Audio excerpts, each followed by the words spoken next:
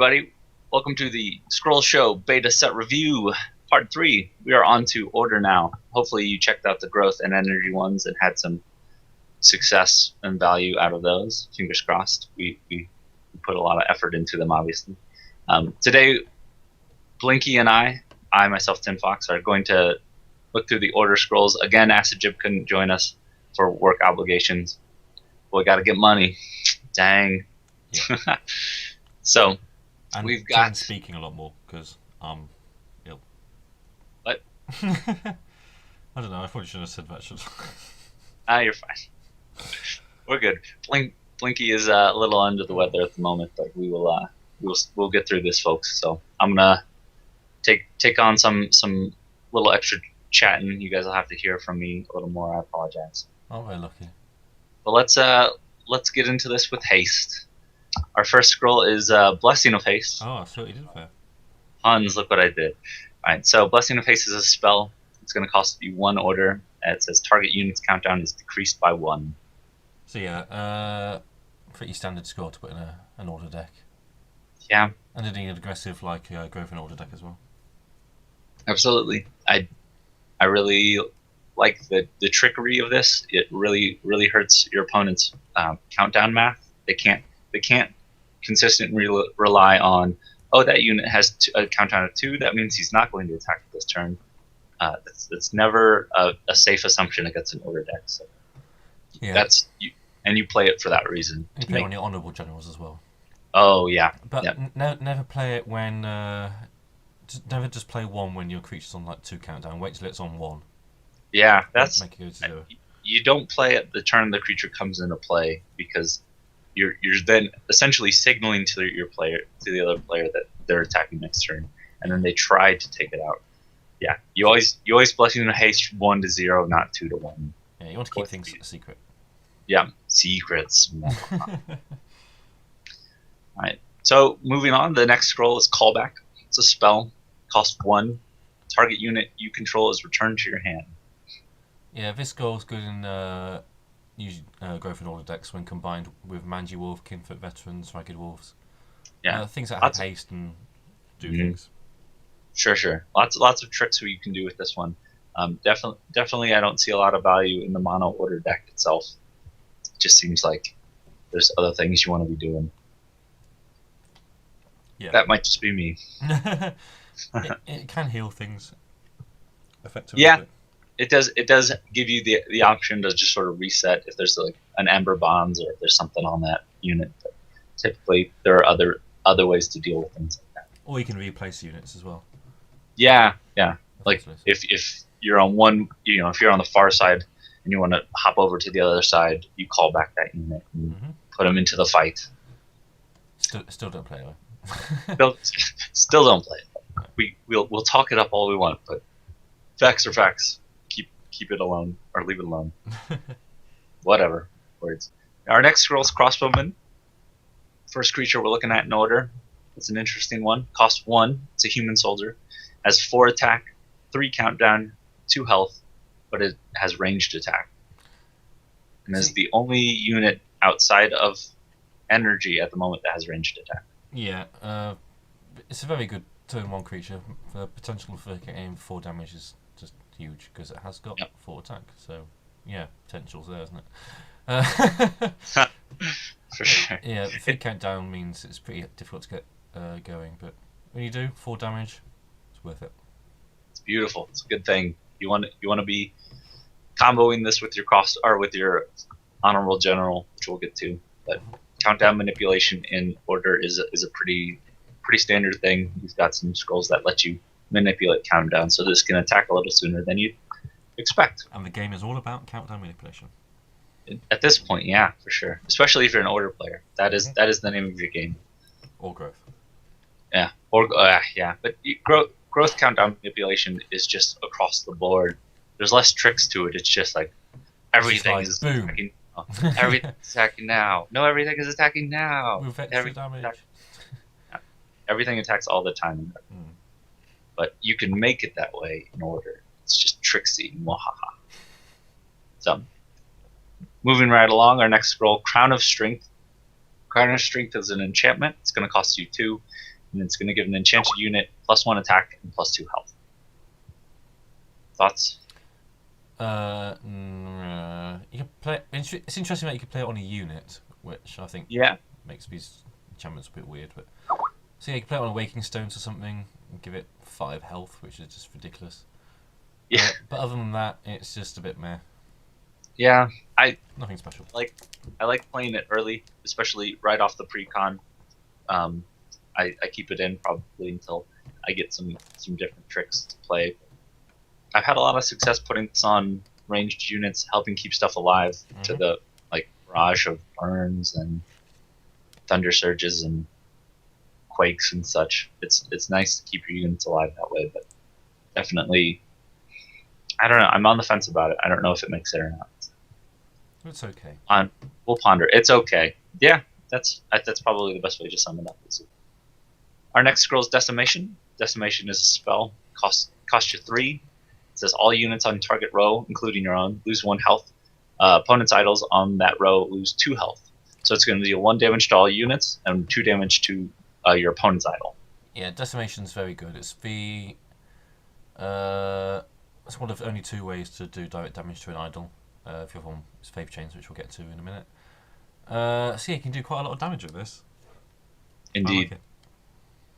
Yeah, and the ability to deal damage to multiple units and deal direct damage in order is very few and far between. It's a rare case to get to do that in order, so it's good to capitalize on it when you can. Yes. Unfortunately, it doesn't win you the game, or it can win you the game. Never mind, it's great. Play it, put it in your deck, like it, if you will. First memorial we're going to pop into is Desert Memorial, when it's going to increase your energy by 1. I don't know that I need to talk about this anymore, but I'm going to. It's Desert Memorial. Well, you should probably shut up. I'm going to shut up now. No more words. Okay, Desert Memorial. Just do this to annoy me now. Yeah, indeed. Just see how long I can make this. We're going to do a marathon session. Yeah. Divine Mark. So what? It's a Divine Mark. Oh, you're trying to move on. All right, fine. Let us continue. Divine Mark, an enchantment that costs 2. When an enchanted creature is destroyed, it is returned to its owner's hand. If it was killed by damage from another unit, that unit is returned to its owner's hand. So it's like a pseudo bounce, pseudo savior creature. It's really interesting. I think we're putting it in the same category as Callback, though, where it's good when combined with growth. Yeah, it's better than Callback by far. But oh yeah, definitely better than Callback. But the ability of returning a creature to your hand, or creature to your hand, it's interesting in that it's good combined with growth. After a lot of testing, I find that enchantments in mono order is not the direction you want to go in. Yeah, your units seem to be able to take care of them and help each other. So you just want more units. You want units and tricks. Yeah. I mean, this isn't really a trick that you can rely on. Yeah, but in the Growth and Order decks, it's very good because you can put it on Kinfolk Veteran or Mangy Wolf, things like that, and just get it back in your hand, play it again. Yeah, and then you also you're slowing the tempo of your opponent's board by putting the creature back in their hand. Unfortunately, they get to pick which creature. So if they have a creature that's low on health, they could return their own, or they could return a Kinfolk Brave. Mm-hmm. Attack it with a Kinfolk Brave, return it, and then get to cast it next turn. So be careful. Be careful. Next up, we have Dougal Infantryman. Dougal Infantryman is the first in the Dougal series. He costs 2. He's got 1 attack, 2 countdown, 3 health. His ability, though, all other creatures you control in the same role as Dougal Infantryman gain +1 attack. So that's why you're playing him right there. Is essentially he is extra damage on a stick. Yep. He wanders around. He roams the board and just helps out all those other beastly Dougal skirmishers. He's very good. He's good, yeah. For 2, you play him. You're in order. You're getting a 2. You play him. I think. You are. Anyway, so moving on, we've got Dougal Skirmisher. He's going to cost you 4. He's going to give you 3 attack every 2 turns with a countdown of 2, and then he has 4 health. The big ability here, though, is that he has Relentless. So he's going to smash through all those little guys. He's going to just smash through all the big guys, too, because you're going to put a focus on him, which we'll talk about later. He's definitely worth playing. He's definitely worth putting in. What do you think, Blinky? How about I shut up for half a second? No, keep going. Yeah, it's good. Yeah, it's pretty standard. Stick it in your mono order decks. Not much more you can say. Yeah. It's good. It's good. It's got Relentless. It's good. Yep. So next up is Dougal Spearman. Dougal Spearman's got 4 cost. He's gonna attack for 1. He's got a countdown of 2 and health of 4. Big thing on him is his ability is Spiky 2. Spiky of 2 means that when you attack him with a creature that doesn't have ranged attack, that creature is going to take 2 damage. So anything that has 2 health is going to die upon attacking him. Yeah, it's been nerfed in recent patches. It used to have 2 attack, and now it's only got 1. But yeah, it's still really good. Spiky 2 is just incredible, incredibly powerful ability. Yeah, really good against growth players. Growth players really don't like. They will avoid attacking your units because of spiking, which means that your units stay alive longer. Which means you can put more units out on the board. If they choose to attack it, though, typically that means their units are then going to die to your other units attacking because you have your Spearman out in front. Mm-hmm. It's a good thing. You like it. Yeah. It's also good in the mirror match as well. Spiky's a good ability. Yeah. Against other order decks. So it's not so great against energy. This one specifically, it just dies to all the ranged units. It's worth playing. Mm-hmm. Moving right along, we arrive at Faith Blessing. Faith Blessing costs 2. It says it's a spell. It says target unit you control takes 2 damage. Your idol on that row is healed by 4. So you're dealing a little bit of damage to one of your units to heal one of your idols. Yeah, it's not that brilliant. No. The only time I've ever seen it played was back when my Faith Chains deck was actually doing something. Way back when. Because you could sacrifice a Sister of Folks and do damage to the idols with Faith Chains that way. But yeah, it's old version. It was recently changed to, now changed back again. It was amazing. Yeah. But yeah. Yeah.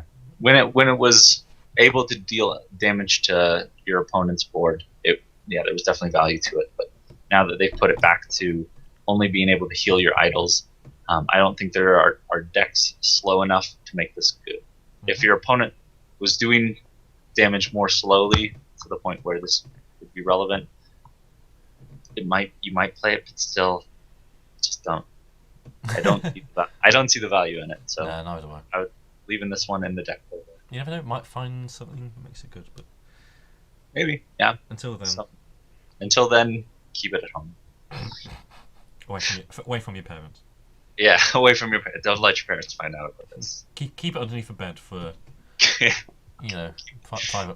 private moments. Yeah, keep it in your mattress. Just hide. Yeah, awkward. Next up is Faith Chains.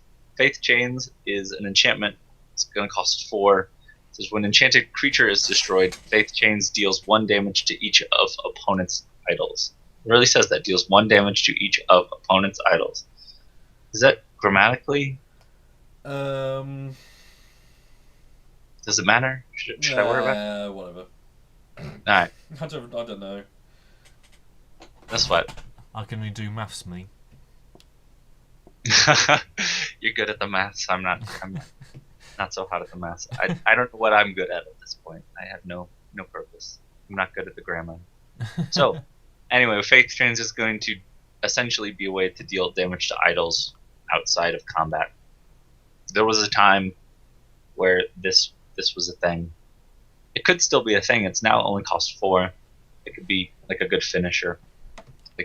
It gives what I like to call range to aggressive decks, where if you're an aggressive deck and you attack often and quickly, But then you run out of steam because you've given up incremental advantage for tempo, and you don't have any steam left to push through your opponent's defenses. Things like decimation and faith chains give you this extra range. So really, you only have to get an idol down to say 3 damage, and then you have decimation and faith chains to finish the job off. Yeah. So if that exists. But I haven't tested it before because it used to cost 5. That was the only way I knew how it. It's the only way I played it, but yeah, it might be worth playing now, but I doubt it. And I doubt it as well, unfortunately. Moving on, let's look at Flip. Flip is the next scroll. It's going to cost 2. It's a spell. It's going to move target opponent to any unoccupied tile on opponent's board.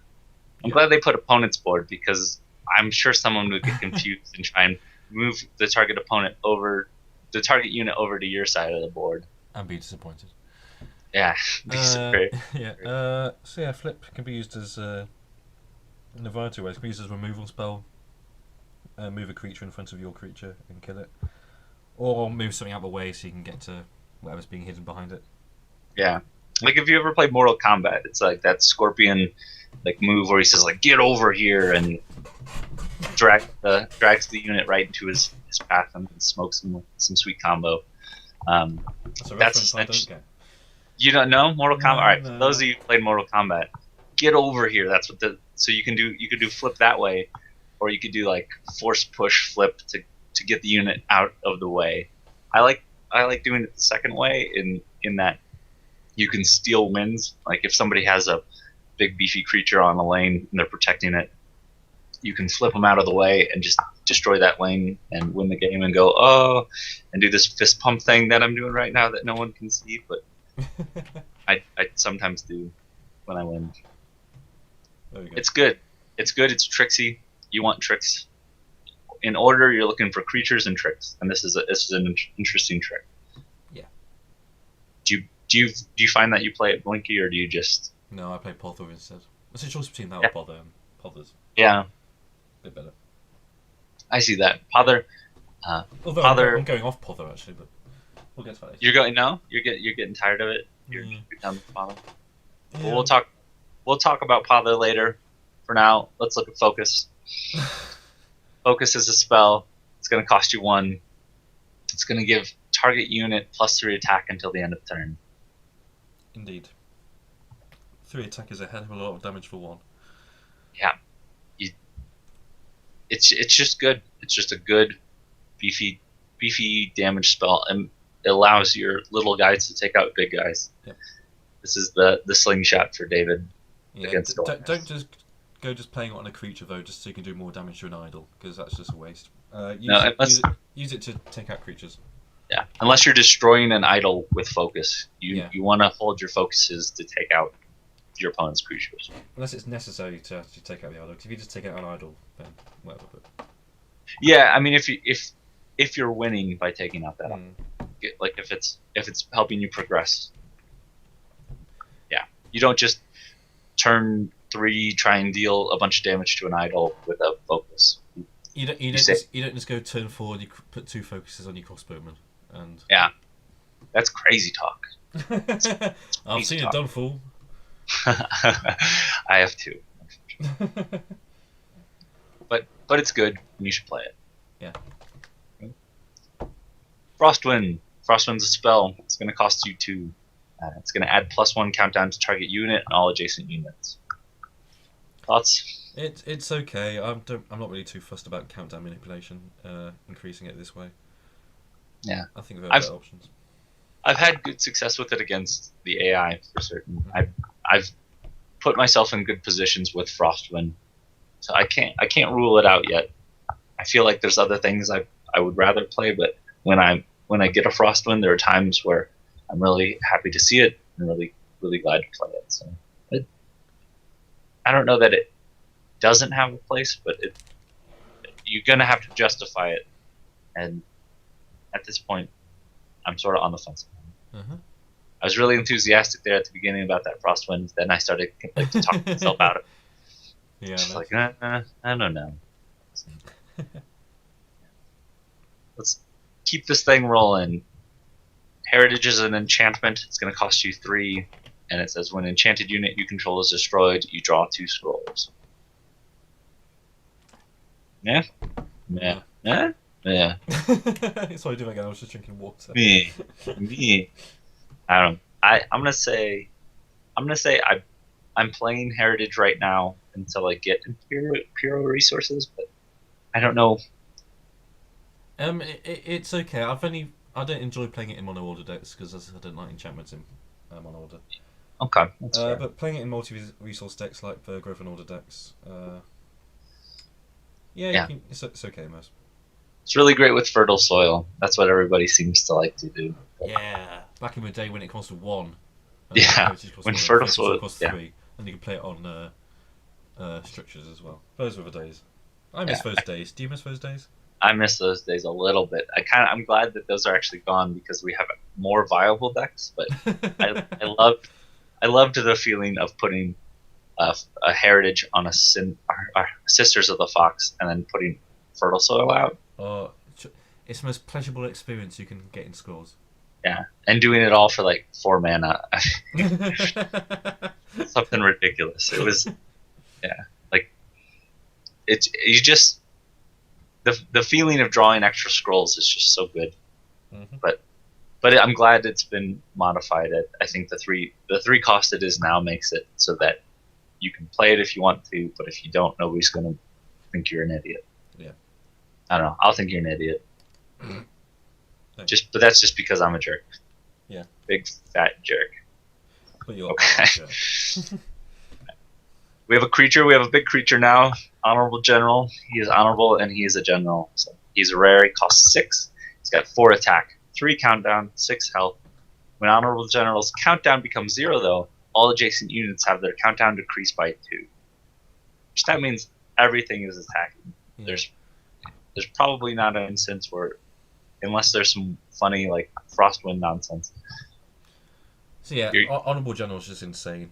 Yes. Allows everything to attack. Just put speed on it and go boom, and you win.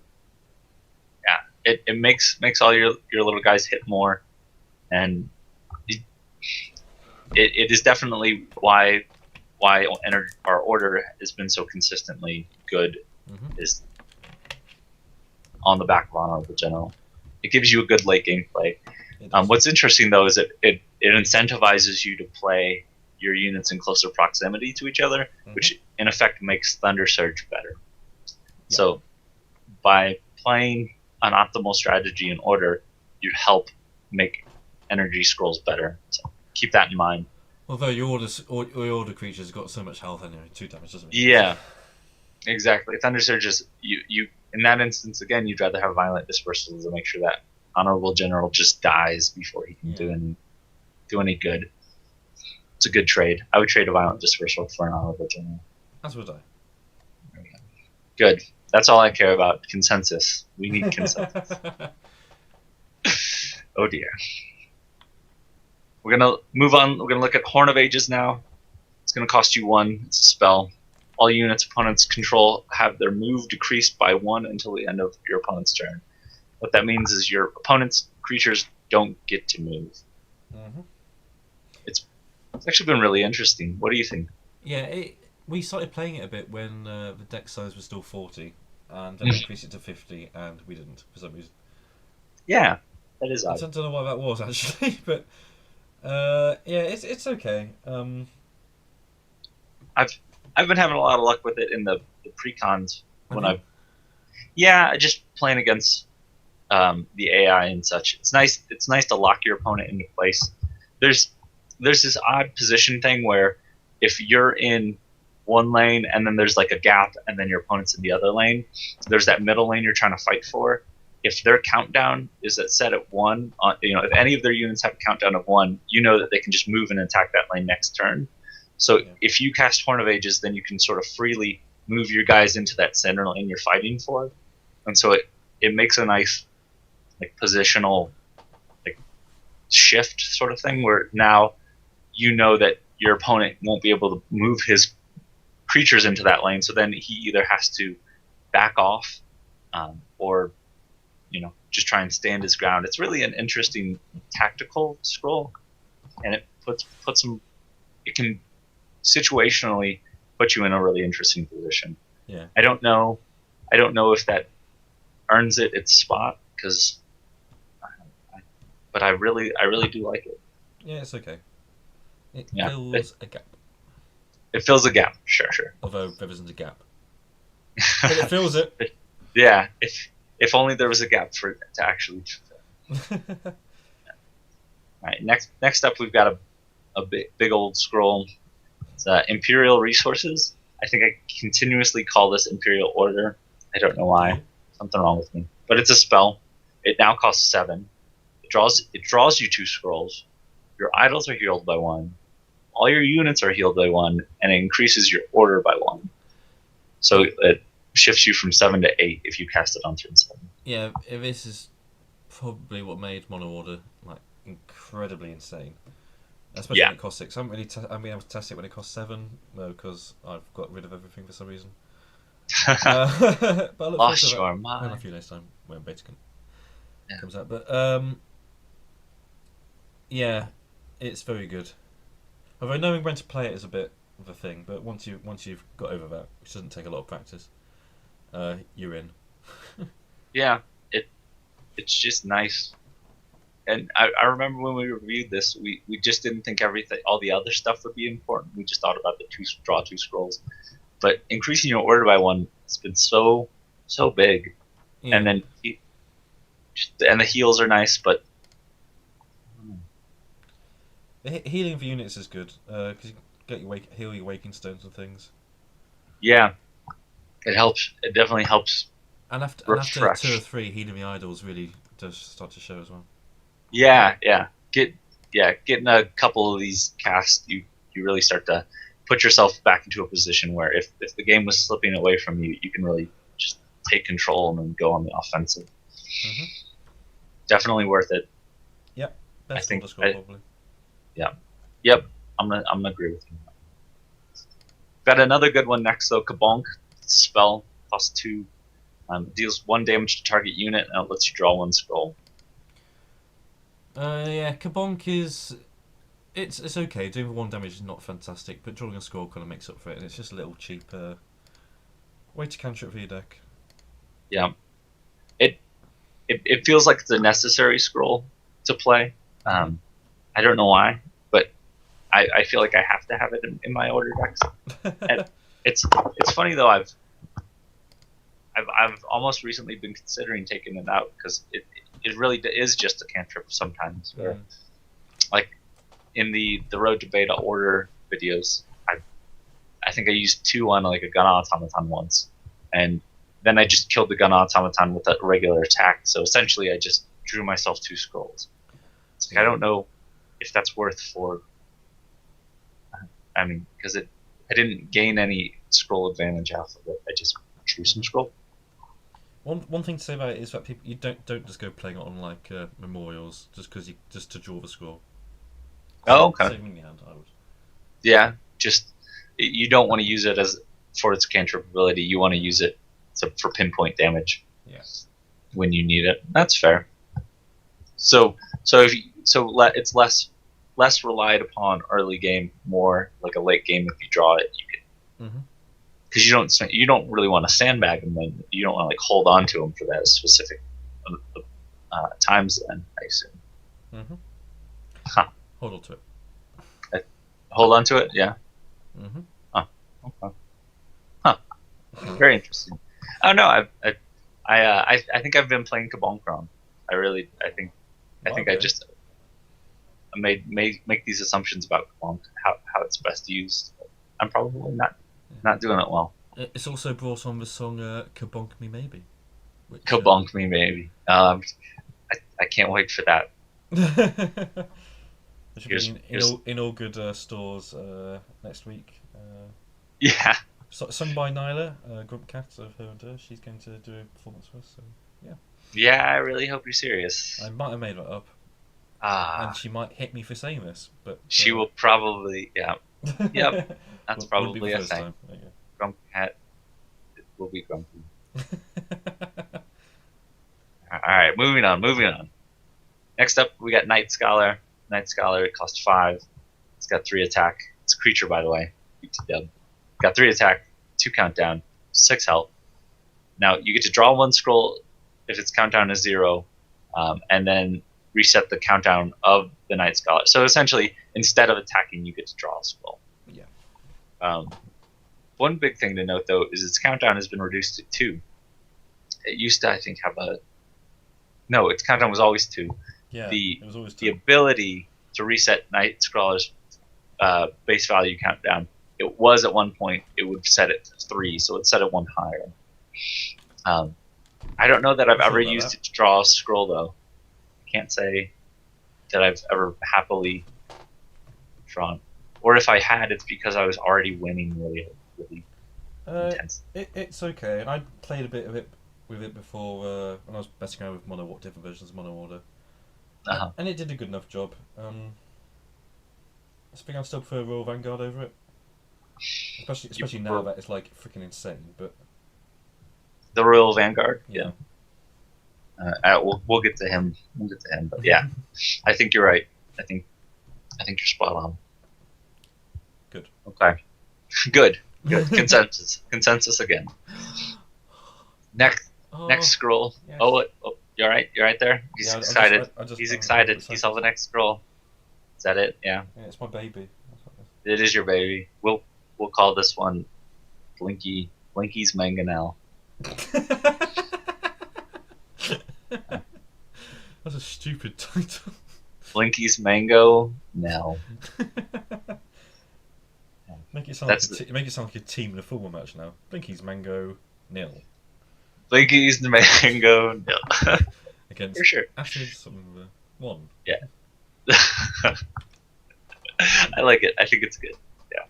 Blinky's Mangonel structure is going to cost you 3. It has 3 attack, 3 countdown, and 2 health. It's a Lobber unit. We talked about Lobber already, but not in this video. Lobber has a diamond attack pattern, but kind of sometimes it doesn't because Hellspeak Mortar has Lobber, and that doesn't have the diamond attack pattern. So anyway, when Mangonel comes into play, though, all Mangonels have their countdown set to the lowest countdown of any Mangonel you control. So if you have a Mangonel that's attacking this turn, any Mangonel you play is going to also attack that turn. It's pretty good. Is how you feel about that, Blinky? How do you feel? Oh, that's my favourite thing ever. Although, ironically, my aim at beta is not to build a deck around this because I have no idea what things have changed like. And I think Royal Vanguard's going to be insane, so I'm gone in that direction. But Mangonel is a way for Order to clear the board. Stick a focus on 1, do 6 damage as well. Oh, it's just so good. Shoo. Play summons, draw them all, go boom. Yes, summons and Mangonel seems pretty good, and as Blinky dies on us here, well, poor guy. He's coughing. No, he's fine. Whew. That poor guy. You see what he's doing for you? The lengths he goes through to put up this series. He's on his deathbed. At his death I'd be more rattle. comfortable on my deathbed. He's just trying to get this done before he dies. Yeah. By the way, funeral service for Blinky will be held after beta is released. Probably the weekend after, because we'll all be too busy playing beta. You're planning my funeral already. Oh, God. Yeah. Please send your shards to Tin Fox. Any condolence scrolls can be sent to Tin Fox. So if I die, I will rise again as someone else, and well, that'll be creepy. Take everything. New player Winky. I knew you'd go Winky. I knew you'd do You knew it. Because I was going to say I was going to say the exact same thing. There we go. Great minds. Yep. Something along those lines. But Mangonel. Pretty main. Although it's a very, very, very advanced way to play, so be careful.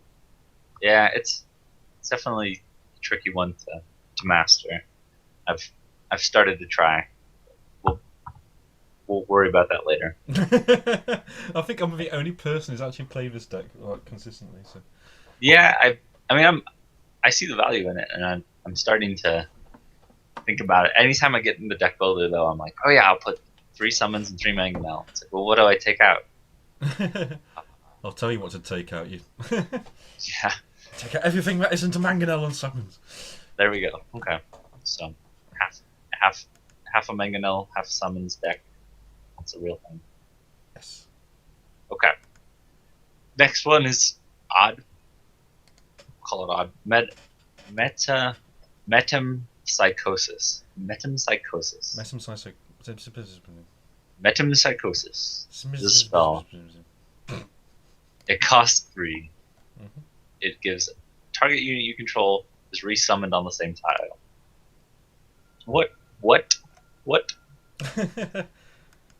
Essentially, it refreshes, it cleans whatever unit it is that you're targeting. Your Kinfolk Veteran will be resummoned with haste and no damage. Your Honorable General will be revived from the grave with its 1 health. It'll have 6 health. And, I don't know. I see it as a heal spell essentially, and maybe a countdown reset on hasty stuff. What one? It's a choice between that and callback, really, isn't it? I'd say callback's better. Yeah, you think because the ability to like put it back to your hand to then move it around. Yeah. Like the addition of movement. What if you move the unit, then cast Metempsychosis, and then you get to move the unit again. Hey, there we go. We're going deep with this now, aren't we? Yeah, just digging, just dig. So yeah, extra movement and. Huzzah! That's it. I'm playing 6 of them. We're in. No, maybe not. Next up, we're looking at New Orders. New Orders is a spell. It costs 1. It says all your units have their move increased by 1 until end of turn. So this is the opposite of Horn of Ages. It's more. The advantage with this is that you can play it on, move your structures as well. So. It does say all your units. Yeah. Oh, you can be a clever kid. Yeah. So then aren't your structures set to -1, or is that? Or are they set to? No, they'll still move. Okay, they'll still move. Mm-hmm. All right. So yeah, you can move. You can rearrange your structures. That's actually there may be more value in New Orders than Horn of Ages. Interesting. It's the countdown. Maybe. It's the countdown of structures without countdown that's set to -1. Oh, that's what it is. Yeah. You're right. I'm sorry. Idiot. Idiot. Nice. Well, I'll just go hide in the corner. I'll go get comfort in my Obelisk, because I'm trying to use a segue that didn't really work. Oh well. Obelisk. It's a structure. It's going to cost you 2, and it's going to give you 5 defense. Essentially 5 health. Yeah. No attack, no tax. Pretty basic. Very basic. Meh. I'm going to say meh. Yep. This is a meh scroll. If you're playing it,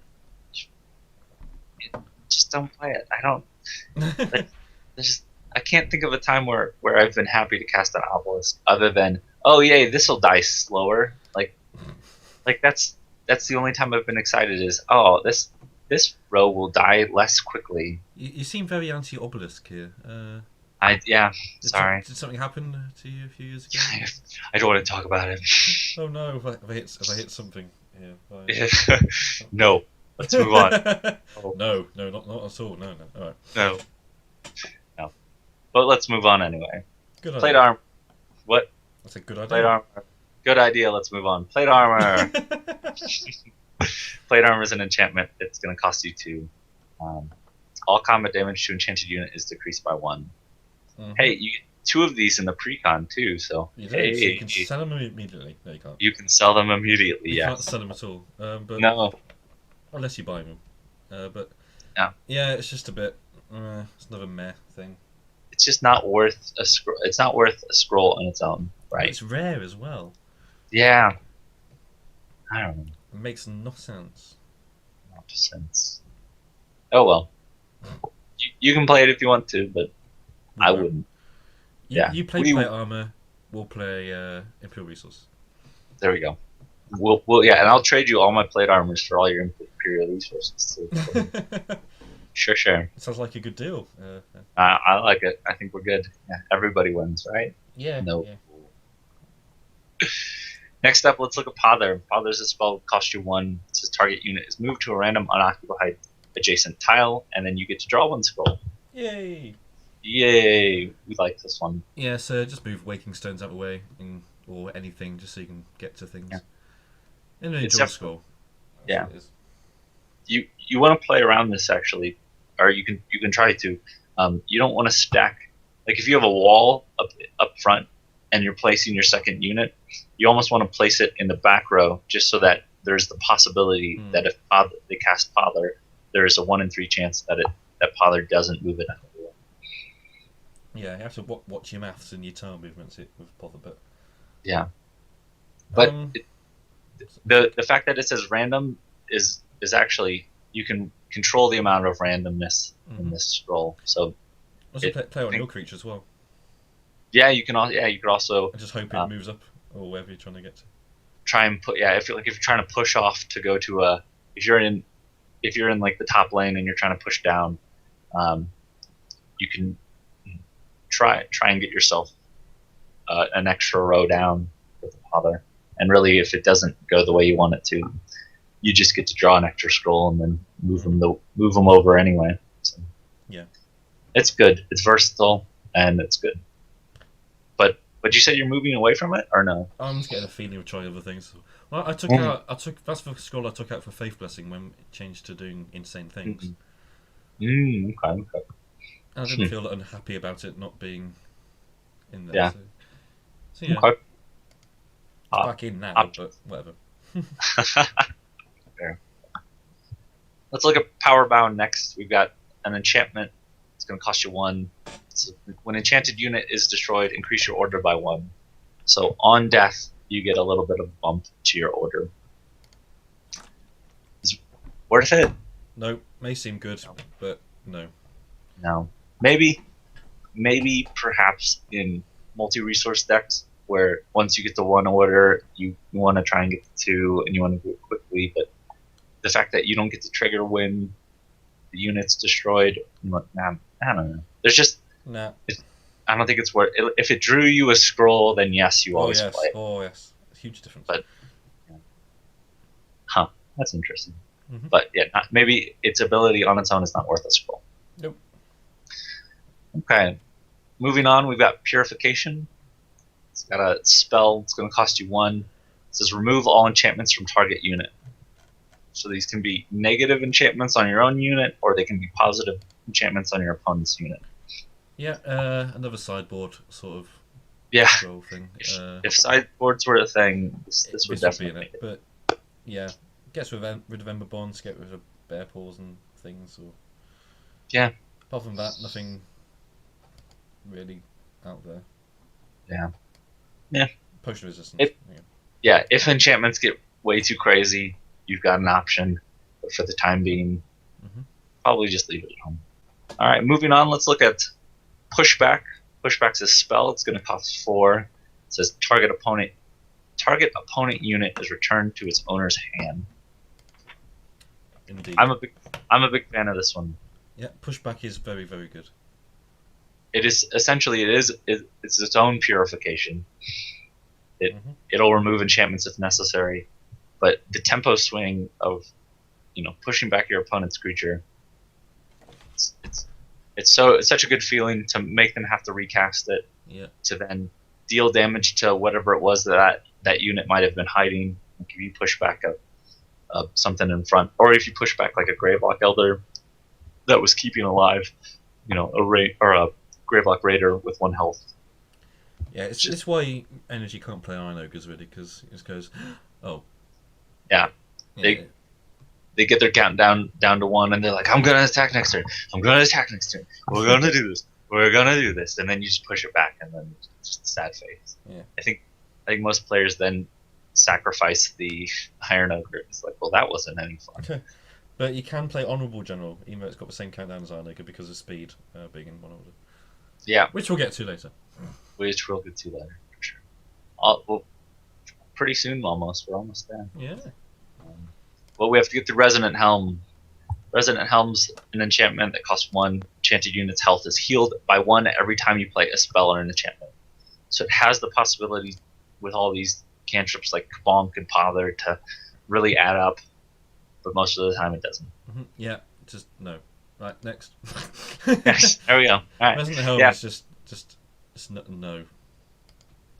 The only time I've had success with it is on Awakened Stones. Mm-hmm. It essentially makes it so your Awakened Stones has to be killed, Yeah.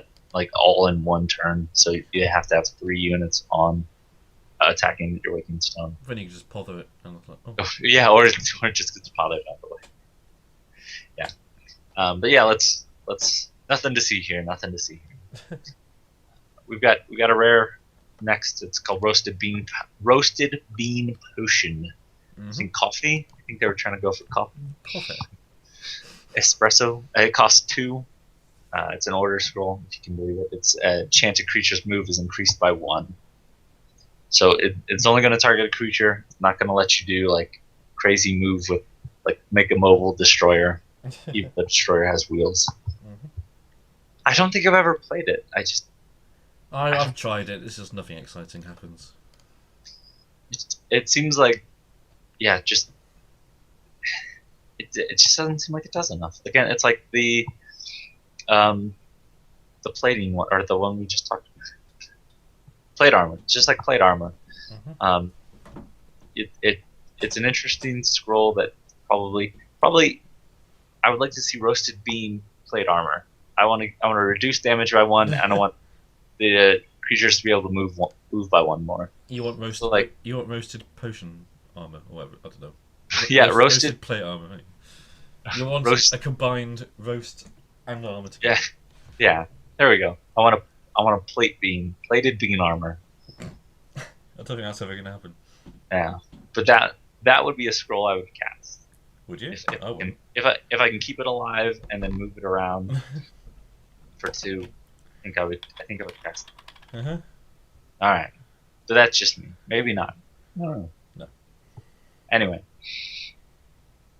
next up we're looking at Royal Infantryman. Royal Infantryman costs 1. He's the first in our Royal Infantryman series. He has 1 attack, 2 countdown, and 2 health. All other creatures you control on the same row as Royal Infantryman gain +1 health. Yeah. No. Yeah, the 1 cost outside of crossbowmen, the 1 cost order creatures, which are essentially just Royal Infantrymen, Senmarks. The problem is the buff goes away when the Infantryman dies, and so it's easy to like combo, like you spark the Infantryman and it just kills off whatever is left in the lane. And all too often I make a mistake of like having Royal Infantryman keeping things alive on the row, then moving the Infantryman off a row, and it kills all. Oh yeah. Or the Infantryman gets pothered. Yeah. It's just I've definitely mistakenly moved an Infantryman to wipe the rest of my row because I'm dumb. Like, oh well, let me just get him over. Oh shit! Yeah, don't do that. Don't move Royal Infantryman. If you can find a way to never move your Royal Infantryman. Yeah. Right. So if it's also choice between that or Royal or Ducal Infantryman, then Ducal Infantryman's just better. Yeah. Oh, I figured out the easiest way to not move your Royal Infantryman. What? You just don't play it. Look the at genius that. for turns. Look at that. Prodigal son is here. So next in the Royal series we have Royal Skirmisher. Yay. Cost 3 with 3 attack, 2 countdown, and 3 health. He is relentless. This is your workhorse, I think. This is what makes your early game in Order so good. Yeah, it's good. Dies to Burning Kinfolk Veteran, which I think is key. But I think it needs to though. Oh, if yeah. it didn't, it would be way too good. Well, that's what Ducal Skirmisher's for. Yeah. But yeah, it's good. Anything relentless is good. Yeah, and it's cheap, so you can get it out, and then on the next turn you can blessing paste it, so it's attacking really quick. It's just a solid scroll. I think you play 3 of these in every order deck. Yeah. Yep. Okay. Next royal in our royal series is Royal Spearman. I get $1 every time I say royal, so I'm going to figure out how many times I can do that. It costs 3 as well. It's going to have 2 attack, 2 countdown, 3 health, but it's got spiky 2. So if you notice a theme there, there's a relentless guy and there's a spiky guy. Spiky guy, Spearman. Good. Yes? Yes, Spearman's good. Spiky 2 is good.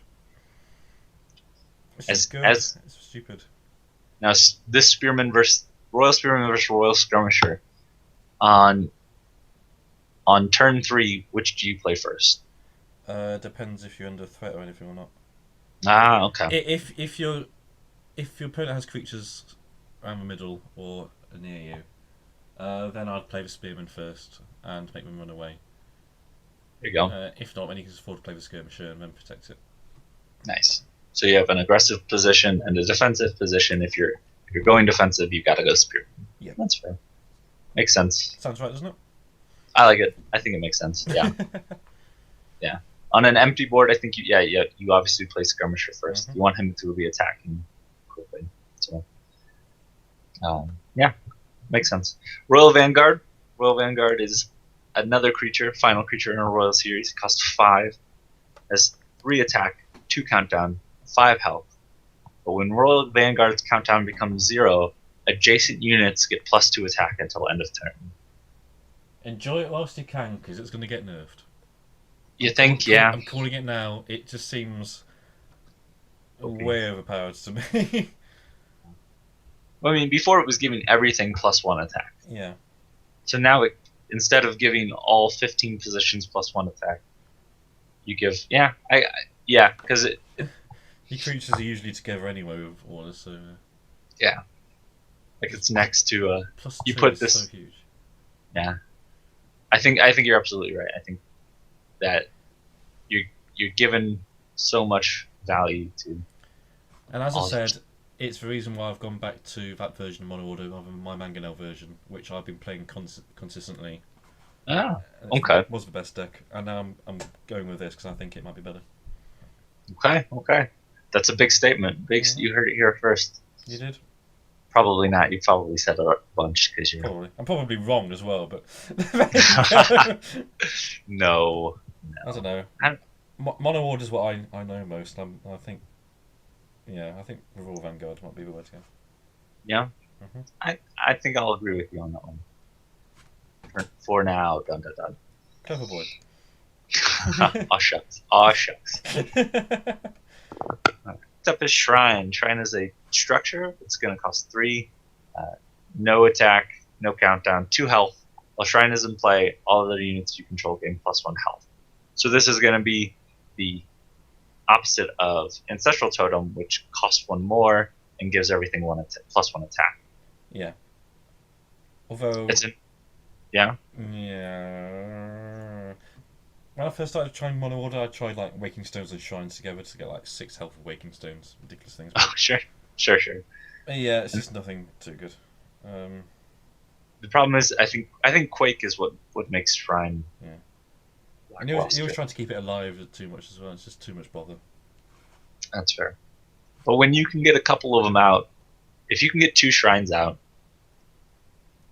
it makes it so that you're already big butted order guys are just that much more harder to deal with. Yeah, problem with structures though, it just halts your movement too much, especially things like Shrine, which you have to put on the back to protect them. Yeah, things just get annoying. Yeah, and there's enough like mass removal that just seems like there's other things you want to be doing. Like cast Mangonel. Yay! Yeah. Next up, Sinmarked Zealot. It's a creature, cost 1 attack, 2 countdown, 1 health. When countdown is 0, Sinmarked Zealot can be sacrificed to deal 2 damage to target unit. So it's like a little pinpoint target removal. What do you think? No. No. If it dies to Ragged Wolf, fails a Ragged Wolf test. Yep. It's out. The Ragged Wolf test. Any creature with 1 health, you almost consistently can't play turn 1 against an unknown opponent, especially against a growth opponent, because you just lose so much value from. Let me play out this Sin Mark Zealot and just have it die to the Ragged Wolf you play against. Its ability is very nice though. If it had 2 health, I would definitely play it. Yeah. I just don't. Yeah, 1 health. 1 health will kill it. Yeah, it's just too weak. Yeah. Although it used to be really good when you could just sacrifice it immediately and do 2 damage. Yeah. If you could, essentially you just do 2 damage to anything for 1. It's pretty good. Mm-hmm. That's why they made it so you can't do that anymore. Yeah. Very fair of them. You say fair. That's good. Next up, we're looking at speed. Speed is a spell. Speed costs 3. And it says target unit's countdown is decreased by 3. That's a big countdown reduction. Yeah, it is. It's very good with vulnerable general and things. Yeah, probably. Probably good with Probably. I would think so. Speed makes honorable general so much more deadly. Yeah. Do you play 3 speed? I mean, is it automatically play 3 speed, or is it? I do, yeah. Yeah. Okay. So any ordered deck you start with is 3 Imperial resources, 3 speed, 3 honorable general. I mean. Well, it depends what direction you want to go in. Yeah. But yeah, the aggressive sort of decks have 3 speeds, all the creatures, the usual things. Yeah. Okay. Interesting. Next scroll, we're looking at summons. Summons is a spell, costs 1, and draws 1 structure from your library. And if it happens to be that you only have one kind of structure in your library, it's going to draw that one. Yep, that was a key revelation moment. That wasn't it. That's a big insight there. Especially when we had like the 2 the Growth and Order decks going, and suddenly over a few days started playing summons as well. It's like, we can get memorials faster. Yay. And then you can play it in like mono order decks and find mangonels and waking stones if you're only running those as well. So yeah, exactly. It is. It's interesting just to make, essentially 3 more copies of whatever structure you want. So I like it. Mm-hmm. Next up, Thought Trap. Thought Trap's a spell. Going to cost you 2. Target unit's countdown is doubled. Yeah, it's okay. I'm, as I said, never really a fan of that sort of thing. So yeah, it's fun. It's fun to play against like an Iron Ogre. Make an Iron Ogre's countdown 6. Or a Clock Library. Or a clock. Yeah, I put it on a Clock Library. There's other things you want to be doing with your scrolls and your time. Yeah. Thought Trap just seems like it doesn't remove the creature. Obviously, it just delays the inevitable. Yeah, exactly. We say not worth it. We'll say pass it up. Don't fall into the trap. It's not that bad. It's okay. No.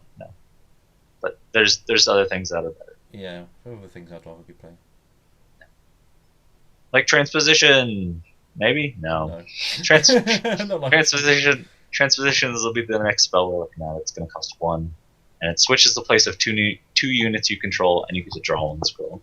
Now you tried Transposition with Mangonel, I think I remember. Yeah, I was first messing around with that sort of idea, but eventually I just got rid of it because there are better things. But Transpositions is okay. Yeah. It's a cantrip, mm-hmm. but it's situational, so you have to have 2 units on the board for it to draw you a scroll, and then you have to want for them to move, which usually isn't always the case. No. It's fun. There's fun tricks you can do with it though, and it's a neat scroll. Don't just pass it up, but definitely you have to have a reason to be playing. You can't just be like, we'll put Transposition in. And if the reason is because you can draw a scroll off it, then you're an idiot. Nope. Then you're an idiot? Is that what you said? Yep. Ouch. That's harsh. Harsh. It's true though. There, fine. I'd say you're not an idiot. You just lack. Yeah, fine. You're an idiot. That's all right. I said the statement, but he agreed with me. Okay, so you know. There we go. Unanimous. It's unanimous. You're an idiot. Thanks for watching, everybody. Hey. Yeah. All right. Moving on. Vengeance Veil. It's an enchantment that costs 1. When an enchanted unit receives damage, its countdown decreases by 1. The first word that comes to mind is neat. First word that comes to my mind is rubbish. There we go. It is neat rubbish. I think that sums it up right there. There are cool combos you can do with this, but probably you want to be doing other things because those combos aren't strong enough on their own. Just play speed. Just play Blessing of Haste. Mm-hmm. If you really need more countdown manipulation, you should be in growth. Mm. Yeah, it's just not good. No, that's fine. But looking at a scroll that is good, Waking Stones, Haha segue. Structure, cost 3. All damage dealt to Waking Stones is reduced to 1. Mm-hmm. This is the Eternal Wall. Yeah, it's very annoying. Absolutely. Although people are finding ways of getting past it now, which is Yeah, absolutely. Pother, for instance.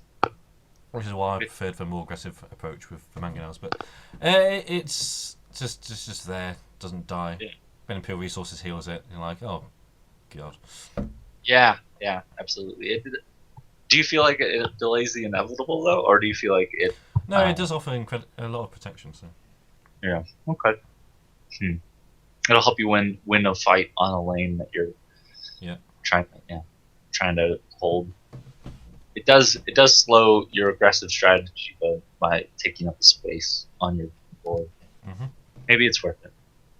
Maybe. That's the advantage of mangonels as well, because if they all get in the wrong places, they just die so easily. So. Yeah, for sure. And with this, we come to the last scroll in the series, Woodland Memorial. It is our final structure. Costs 2, if you can believe it. And it says, when Woodland Memorial comes into play, increase growth by 1. Yep, the best memorial. That's all we have to say. It is. It is the best one. That is funny how they're all the same, essentially, but this one is the best. Yeah, the worst one's probably the one that goes from energy to order. Just because. Sand? It's just because. Yeah, I can see. Well, yeah, I think I agree with you on that. Yay! Agreement. Which is a wonderful place to stop. we agree with each other. Yay! Hey. Well, thanks everybody for sticking around and listening to us rant about all these scrolls. Welcome to beta. We hope you have as much fun playing as we do. And we look forward to seeing you around. And playing you. Yeah. And beating Look forward and beating you. Look forward to more Scrolls Show. Me, Blinky, and Ask Jib. We'll be putting these out as long as you guys keep listening. We'll have a full-on proper episode of the Scrolls Show out as soon as possible as well. Fingers crossed, yes. Yeah, we will indeed. But until then, you've got these 3 videos to keep you going. There we go. Huzzah! Yay! Thanks for watching. Thank you. Goodbye. Till next time.